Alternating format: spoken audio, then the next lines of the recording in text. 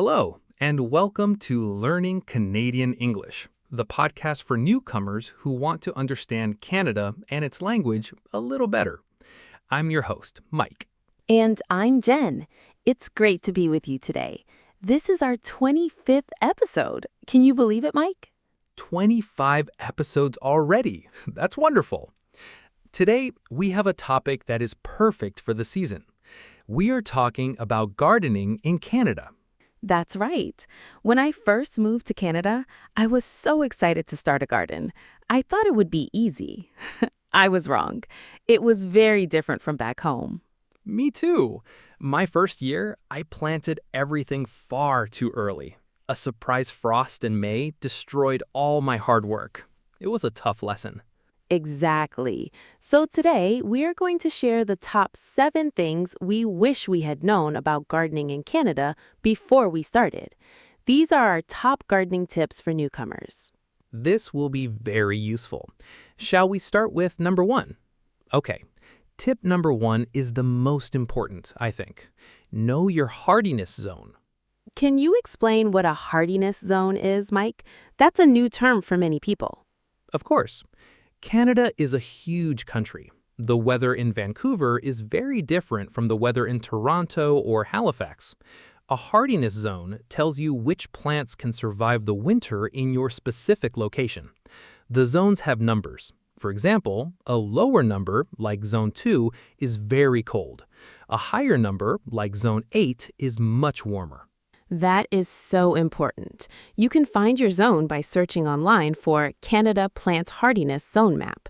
When you buy seeds or plants, the package will tell you which zone they are good for. If you buy a plant that is for Zone 6, but you live in Zone 4, it will not survive the winter. It's the first step to success. Don't waste your money on plants that can't live where you do. So, tip number 1, know your hardiness zone. Okay, my turn for tip number 2. This one is related to the zones. Tip number 2 is respect the frost dates. Ah, yes, the frost dates. This is a lesson I learned the hard way. Frost is when the temperature goes below 0 degrees Celsius and ice forms. In Canada, we have a last frost date in the spring and a first frost date in the fall. The last frost date is the average last day in spring that you can expect frost. After this date, it is usually safe to put your small young plants outside. And the first frost date in the fall is the first day you can expect frost. This tells you that winter is coming and your garden season is ending. For many plants, the first frost will kill them. You can search online for the frost dates from your city. For example, frost dates for Calgary. It's not a perfect prediction, but it is a very good guide. Do not plant your tomatoes outside before the last frost date. A very wise tip, Mike. That's tip number 2. Respect the frost dates. Now for tip number 3. This is something that surprised me. The growing season is short, but the sun is strong. That's a great point. In many parts of Canada, the time between the last frost and the first frost is only 3 or 4 months.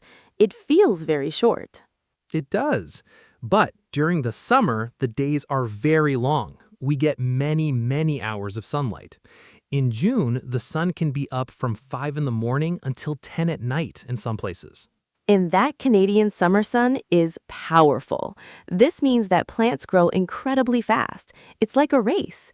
Everything grows very quickly in June and July. So even with a short season, you can grow amazing vegetables and flowers.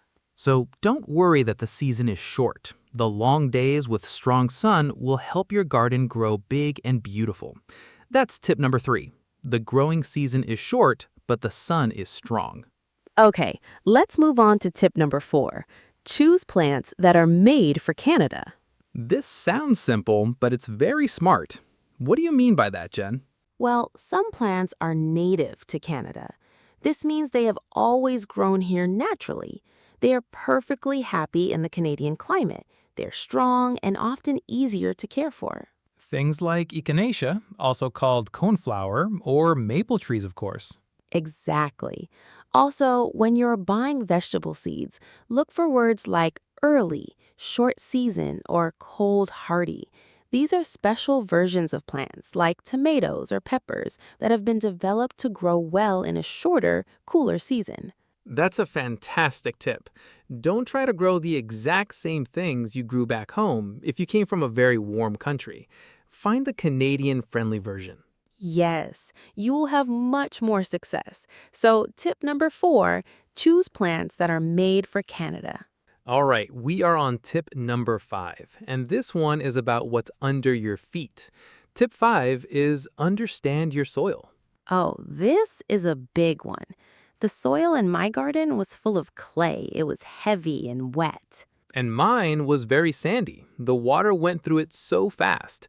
Just like the climate, the soil is very different across Canada. Some places have rich, dark soil. Other places have rocks and sand. The best thing you can do is improve your soil. The secret to a great garden is great soil. You can buy bags of compost or black earth from a garden store. Adding compost is the number one thing you can do for your soil. It adds nutrients, which are food for the plants. It helps clay soil drain better, and it helps sandy soil hold water. It's like giving your garden a healthy meal before it starts to grow. You don't need to be a soil expert, just know that adding compost every year is a very good idea. So, tip number 5, understand and improve your soil. We're almost done. It's time for tip number 6, and this one involves some furry friends. Tip number 6 is be prepared for wildlife. I know all about this one.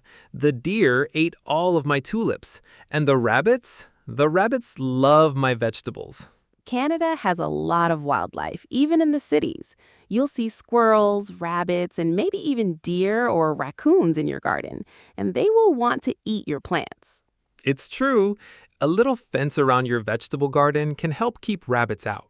There are also sprays you can buy that make your plants taste bad to deer, but are safe for the plant. And squirrels love to dig up flower bulbs. I learned to put some chicken wire, which is a light metal mesh, over the soil after I plant my bulbs in the fall. The squirrels don't like it. Don't get angry at the animals. It's their home too. Just be smart and protect your plants. So tip number 6, be prepared for wildlife. And that brings us to our final tip, number 7, embrace the end of the season. This means preparing your garden for winter. In the fall, after the first frost, your garden will start to look sad. The plants will die. This is normal. It is, and it's your job to clean it up. We call this putting the garden to bed. You pull out the dead vegetable plants, you can cut back some of the dead flowers. Raking the leaves is another big fall job. Putting a layer of leaves or mulch over your garden soil can protect it during the long, cold winter. It feels like a final goodbye hug for your garden. It protects the soil and any plants that will come back next year. A good fall cleanup makes your work much easier in the spring. That's so true. So our final tip, number 7, embrace the end of the season and prepare for winter. And those are our 7 tips. Let's do a very quick review. Know your hardiness zone. Respect the frost dates. The growing season is short, but the sun is strong. Choose plants that are made for Canada. Understand and improve your soil. Be prepared for wildlife. And embrace the end of the season. Gardening in Canada is a wonderful hobby. It teaches you so much about the seasons and nature here. Don't be afraid to make mistakes. We certainly did. We did, but every year you learn more. We hope these tips help all the new Canadian gardeners out there. Thank you for listening to Learning Canadian English. You can find all our episodes on our website at learningcanadianenglish.ca. We will be back next week with another episode. Until then, take care and happy gardening.